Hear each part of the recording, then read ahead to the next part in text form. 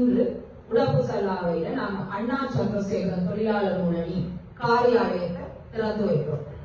வரும்போது பார்த்தா நிறைய பணி, காலநிலை ரொம்ப மோசமா இருக்கு. இந்த காலநிலையிலையும் நீங்க இவ்வளவு பேர் இங்க வந்து நிற்கிறது எனக்கு ரொம்ப சந்தோஷமா இருக்கு.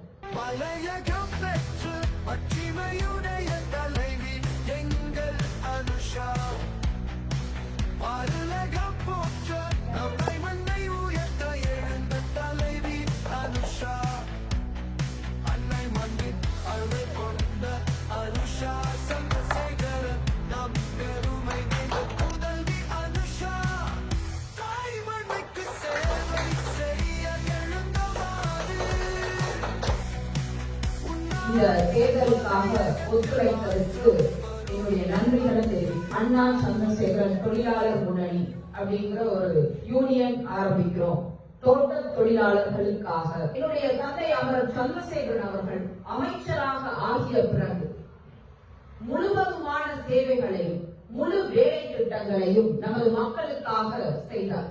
மக்களுக்கான உண்மையான சேவையை செய்வதற்காக, இந்த அரசியலை தொடர்வதற்காகவும் தொழிற்சங்க ரீதியா மக்களுக்கான பிரச்சனைகளையும் தோட்ட தொழிலாளர்களின் பிரச்சனைகளையும் நிர்வாகத்திடத்தில் கொண்டு சென்று அதற்கான தீர்வுகளை பெற்றுக் கொடுப்பதற்காகவும் தான் நாம் இந்த தொழிற்சங்கத்தை ஆரம்பித்திருக்கிறோம்.